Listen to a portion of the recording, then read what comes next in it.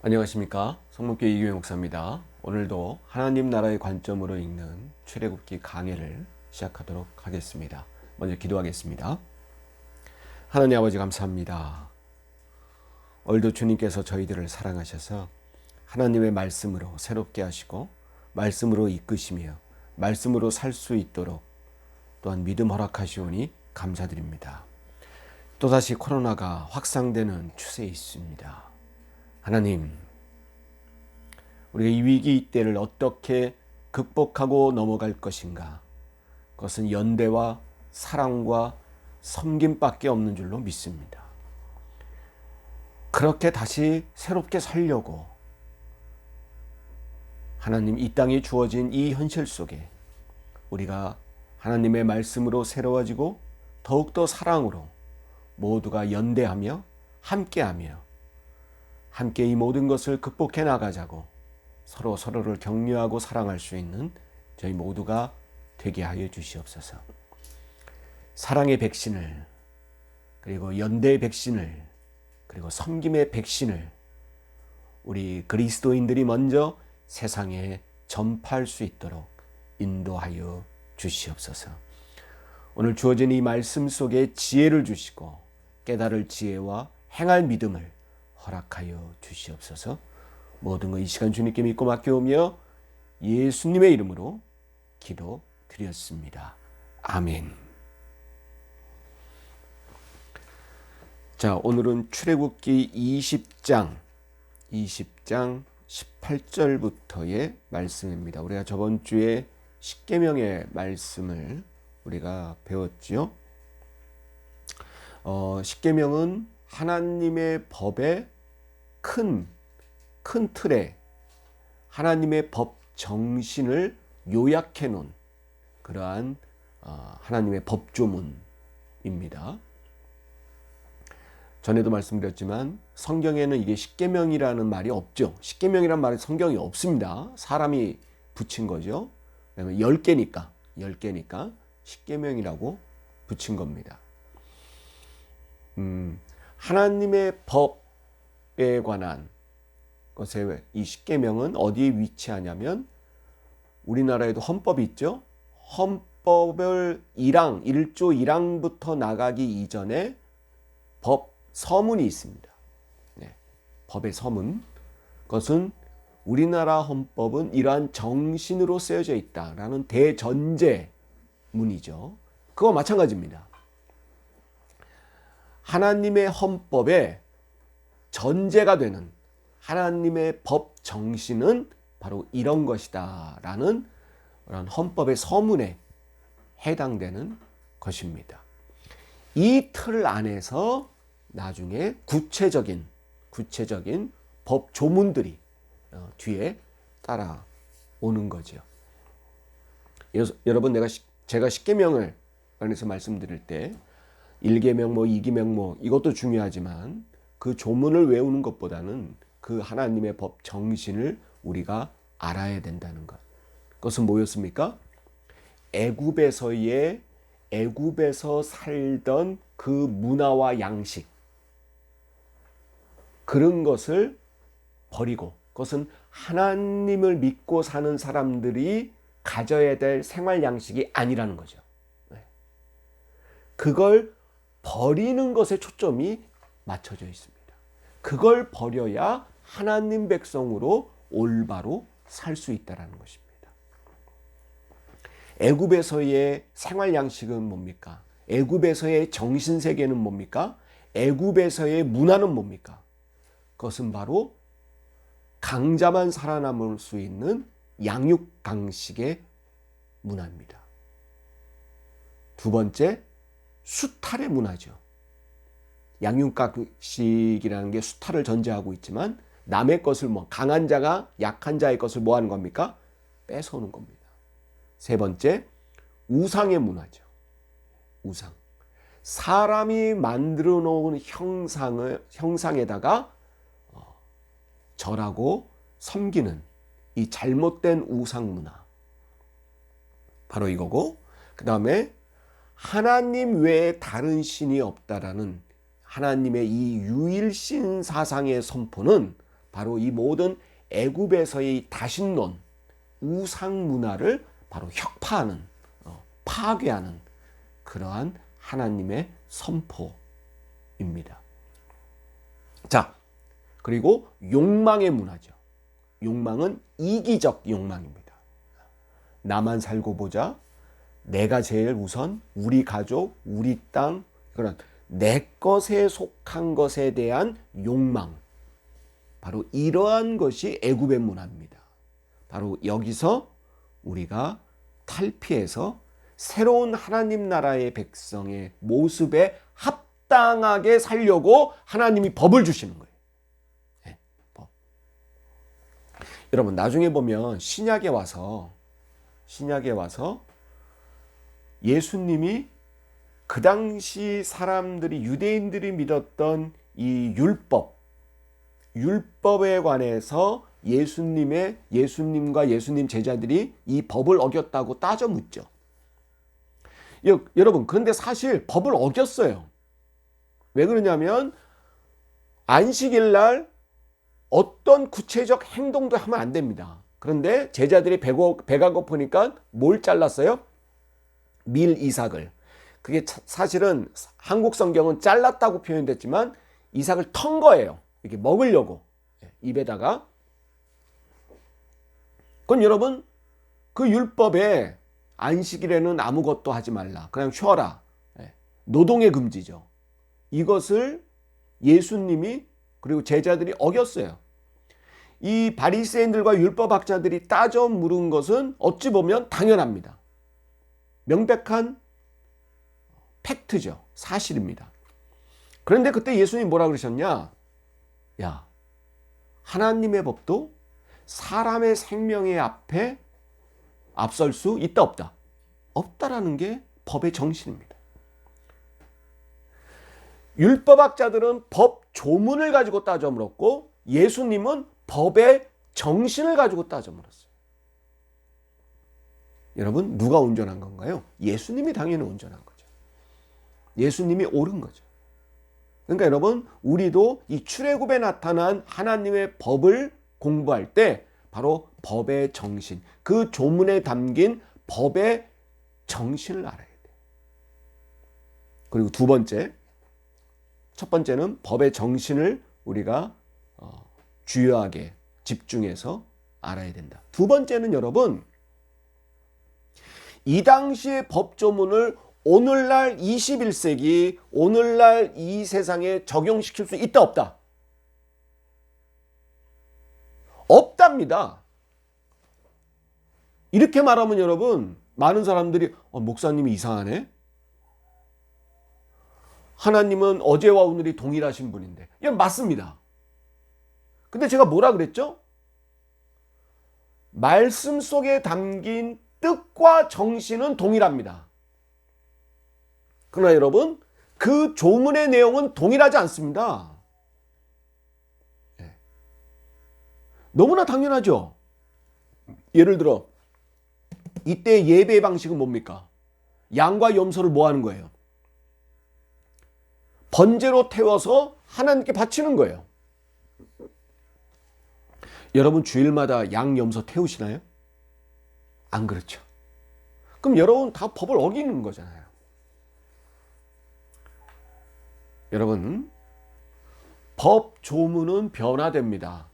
예수님 때도 변화됐어요.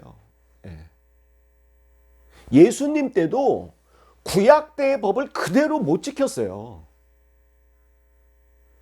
예수님 때도 못 지켰는데 여러분 오늘날 여러분 당연한 거 아닙니까? 그런데 자기들의 주장을 합리화시키기 위해서 구약의 율법들을 들이맵니다. 이렇게 해야 되지 않냐고. 여기 성경에 적혀 있는 거 그대로 해야 되는 거 아니냐고. 그러면 그런 사람들은 돼지고기 먹지 말아야죠. 음식물 다 여러분 그렇게 따지면 라면도 드시면 안 돼요. 라면에 돼지고기 들어갔어요. 그러니까 여러분 오늘날은 법 조문은 지킬 수 없습니다. 그런데 중요한 것은 법의 정신. 그 담긴 하나님의 뜻, 이것은 오늘날 더더욱 잘 지켜야 합니다. 하나님의 법에 대해서 우리가 대할 태도라는 것, 특히 구약에 있는, 자, 이렇게 우리가 하나님의 법에 대한 태도나 입장을 분명히 하셔야 됩니다. 구약에 나타나는 법 지킬 수 있다 없다? 없는 겁니다. 불가능한 겁니다. 그러나 뭘 지켜야 되냐? 법 정신, 그리고 법에 담긴 하나님의 뜻, 이것을 뽑아낼 수 있어야 됩니다. 여러분, 그게 영성입니다. 영성이 무슨 뭐 방언으로 기도만 하고 거룩하게 있는 모습이 영성이 아닙니다, 여러분. 네. 영성은 뭐냐? 말씀 속에 담겨져 있는, 눈에 안 보여요. 그것은 글자에 없어요. 그러나 거기 담긴 하나님의 뜻을 내가 캐치해낼 수 있는, 그래서 마음판에 새길 수 있는 힘이 영성입니다. 그걸 위해서 우리가 묵상하고 기도하는 거죠. 기도가 곧 영성이 아닙니다, 여러분. 기도함으로 하나님의 뜻을 드러내야죠. 이게 영성입니다. 자, 우리가 십계명을 이제 봤고, 대전제문이죠. 우리가 그것을 배웠고, 이것이 십계명이 선포될 때 그 밑에 있는 백성들은 18절에 보니까 뭇 백성이 우레와 번개와 나팔 소리와 산의 연기를 본지라. 그 밑에 이제 그 하나님이 백성들은 내 영역을 침범하지 말라 그랬죠. 예, 간격이 있습니다. 거기 모세만 올라갔어요. 그 거룩한 간격, 하나님과의 거룩한 간격 속에 백성들이 산에서 올라오는, 십계명이 선포됐을 때 우레와 번개와 연기가 산에서 올라왔다는 거예요. 그걸 보면서 백성들은 처음에 두려워 떨었습니다. 야, 하나님이 뭐가 화가 나셨나? 우리 이제 죽는 거 아닌가? 그때 20절에 모세가 백성에게 이르되 뭐하지 말라? 두려워하지 말라. 하나님이 임하시면 너희를 시험하고 너희로 경외하여 범죄하지 않게 하려 하십니다. 그러니까 여러분, 하나님에 대해서 모세가 이렇게 말합니다. 두려워하지 말라. 여러분, 하나님은 두려움의 존재가 아니죠. 어떤 존재입니까? 경외할 존재입니다. 여러분, 두려워한다는 것과 경외하는 것은 여러분 다른 겁니다. 여러분, 특히 아빠들, 저도 아이를 키우고 있지만 맨날 지적하고 혼내고 비판하면 자녀는 아빠를 뭐하죠? 무서워하죠. 두려워합니다.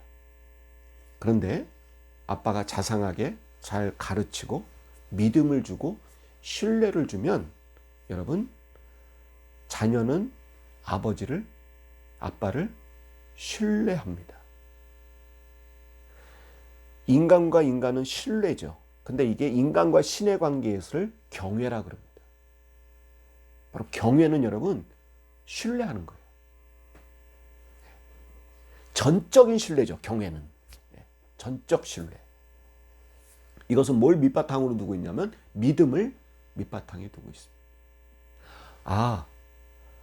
그러니까 자녀가 우리 아빠는 내가 이런 거 물어봐도 친절히 가르쳐 주실 거야. 이런 믿음을 갖고 신뢰하게 되죠.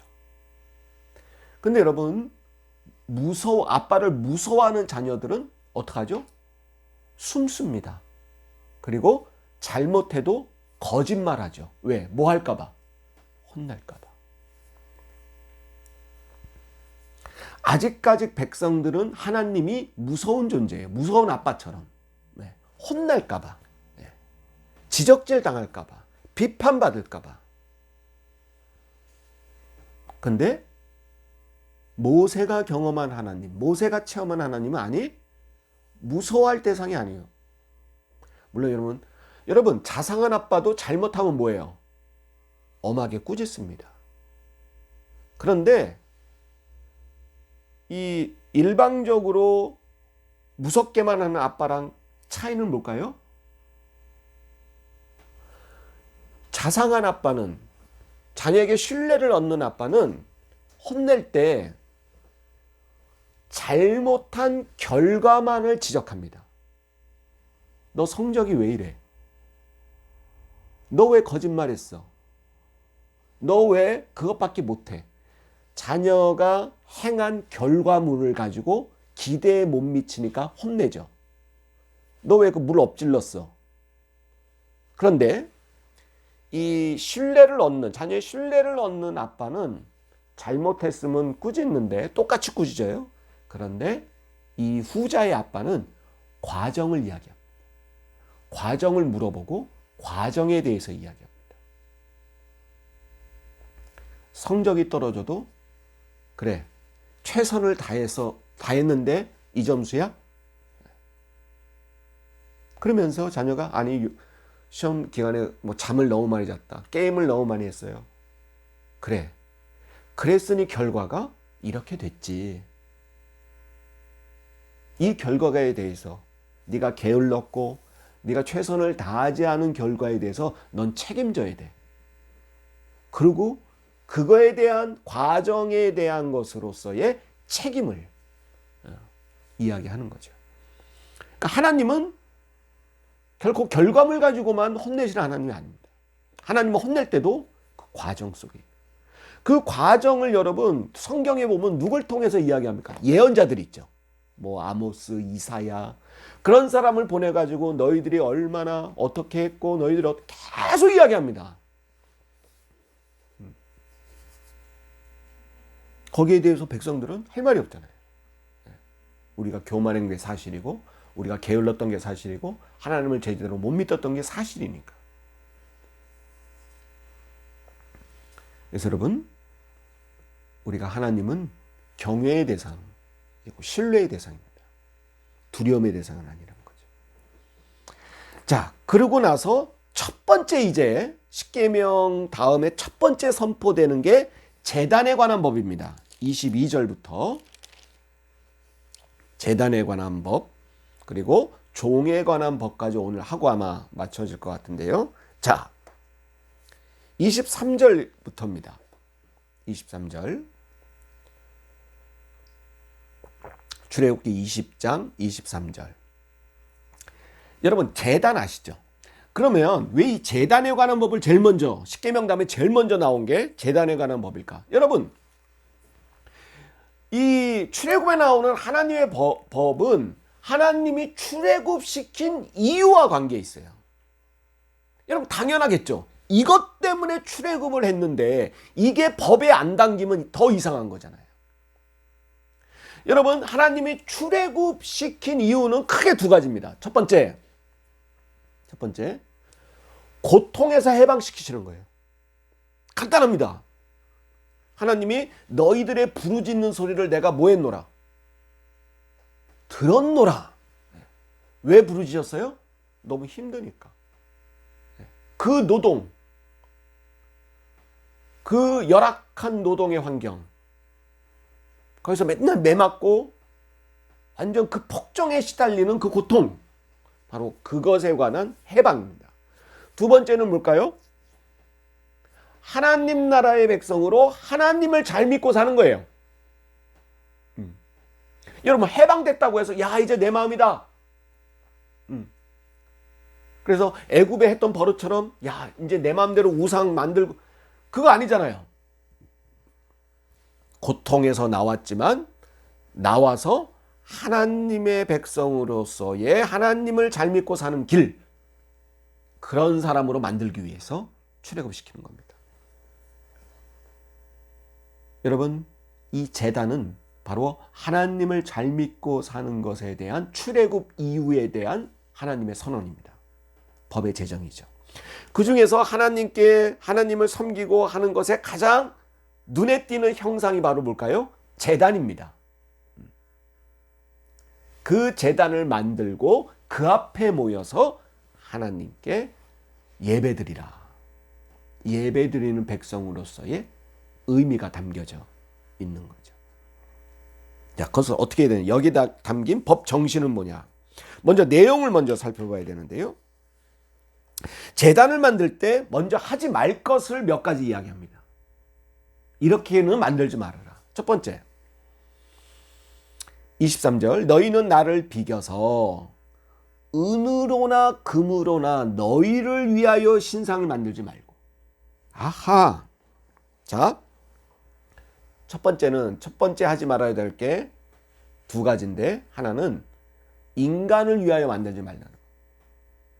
인간이 생각해 놓은 설계도로 만들지 말라는 거예요. 네.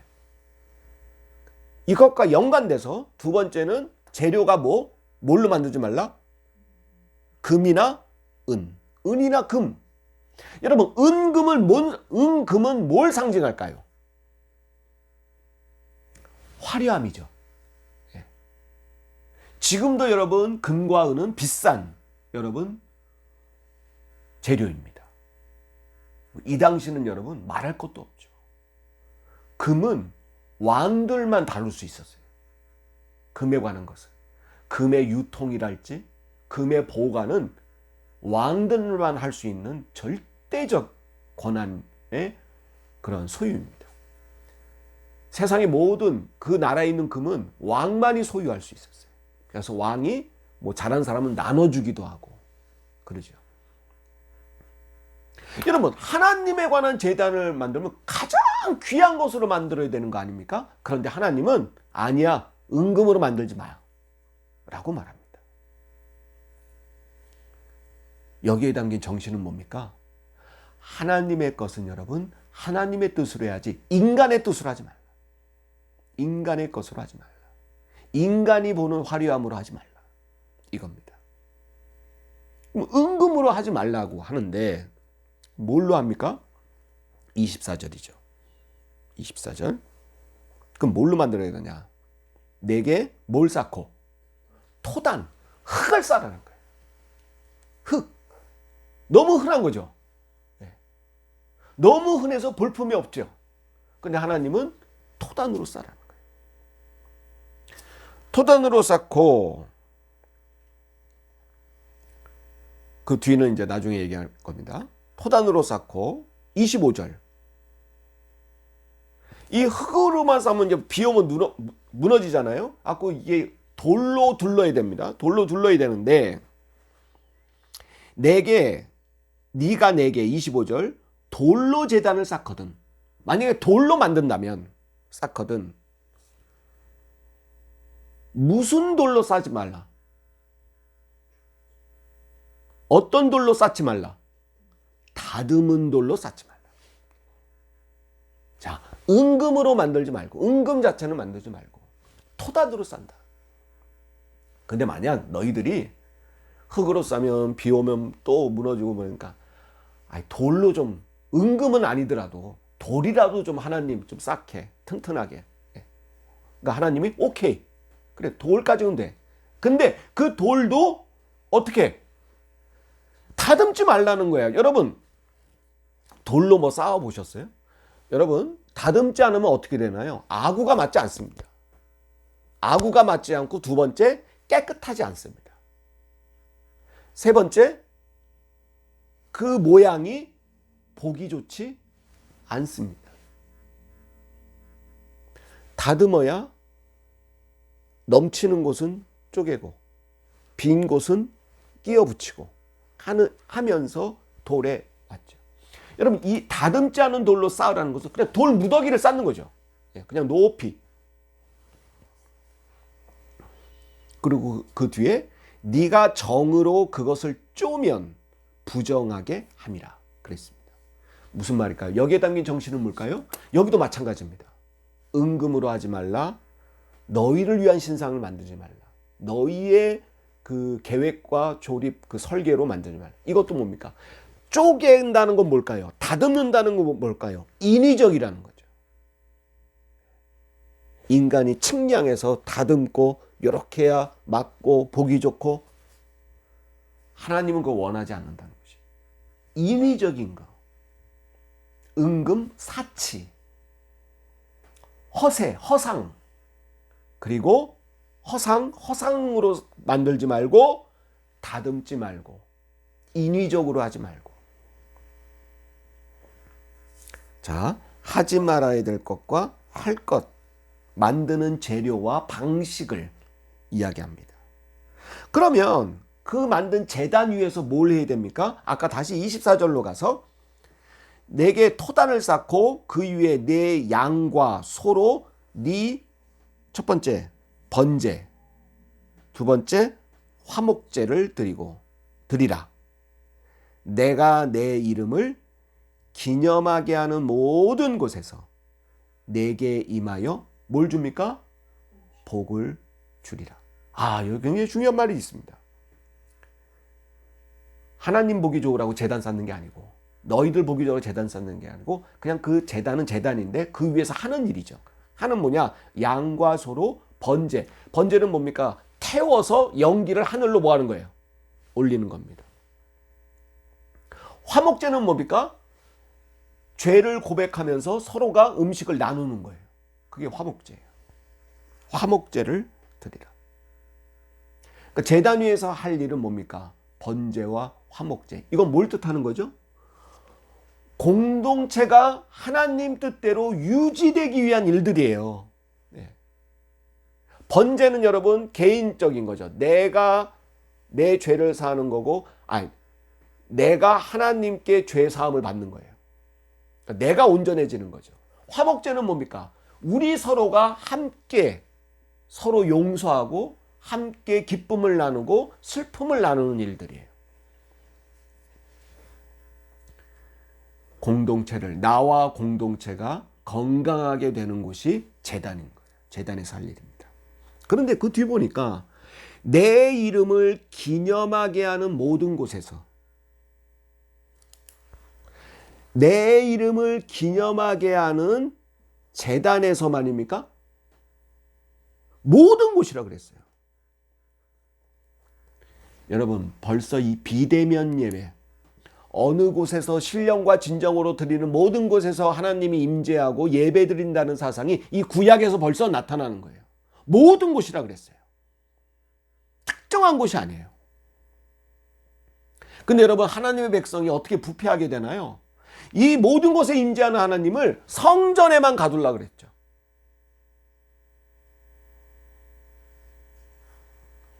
거기서부터 여러분 신앙이 병들기 시작한 이스라엘 백성들이, 여러분 그 실수를 오늘날 21세기 한국 기독교가 하고 있는 겁니다. 한국 교회가.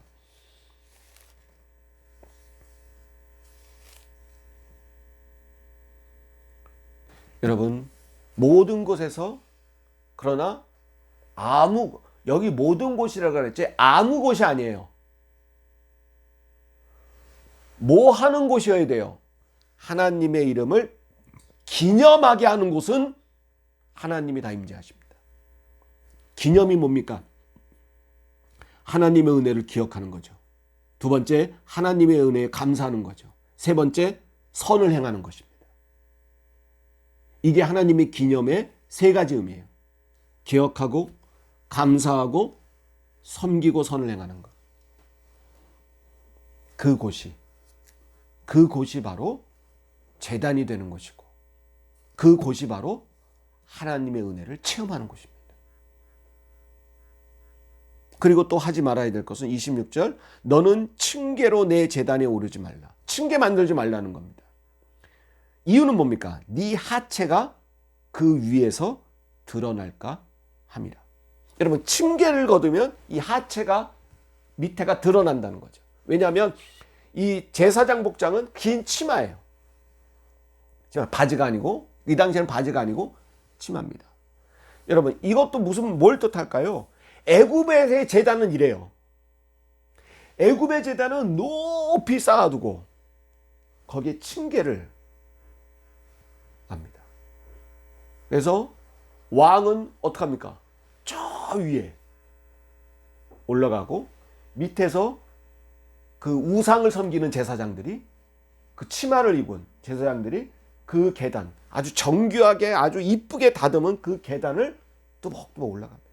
그리고 밑에서는 나팔을 불고 음악대가, 웅장한 음악들이 울려 퍼지고, 밑에서 제단에 바칠 제물을 태우는 연기가 그 위로 올라갑니다. 여러분, 인간적으로 보면, 세상적으로 보면 여러분 어때요? 얼마나 웅장하고 아름답고 장엄한 모습입니까? 근데 여러분, 하나님은 아니에요. 하나님의 제단은 그냥, 야, 여러분, 이 얘기가 성경에 있으니까 이렇게 쓴 거죠. 하나님은 이런 마음인 거예요. 이 정신은, 제단의 정신은, 야, 그냥 흙 쌓아놓어도 돼. 거기도 제단이야. 그거 가지고 좀 성이 안 차? 그래, 돌 몇 개 쌓아놔. 그래도 괜찮아.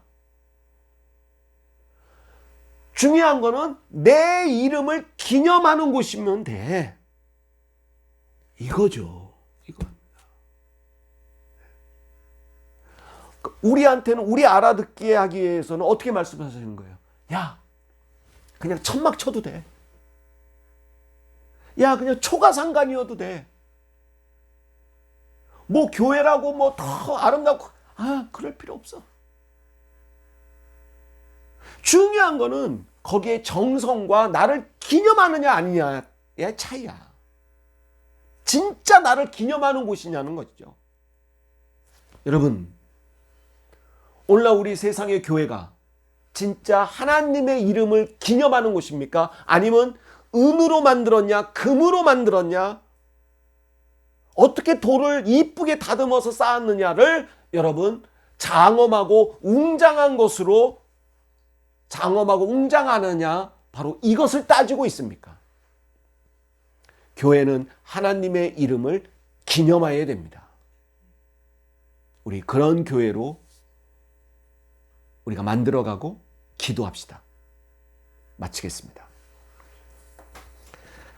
하늘에 계신 우리 아버지여, 이름이 거룩히 여김을 받으시오며 나라가 임하옵시며 뜻이 하늘에서 이루어진 것 같이 땅에서도 이루어지이다. 오늘날 우리에게 일용할 양식을 주옵시고 우리가 우리에게 죄 지은 자를 사하여 준 것 같이 우리의 죄를 사하여 주옵시고 우리를 시험에 들게 하지 마옵시며 다만 악에서 구하옵소서. 대개 나라와 권세와 영광이 아버지께 영원히 있사옵나이다. 아멘. 감사합니다.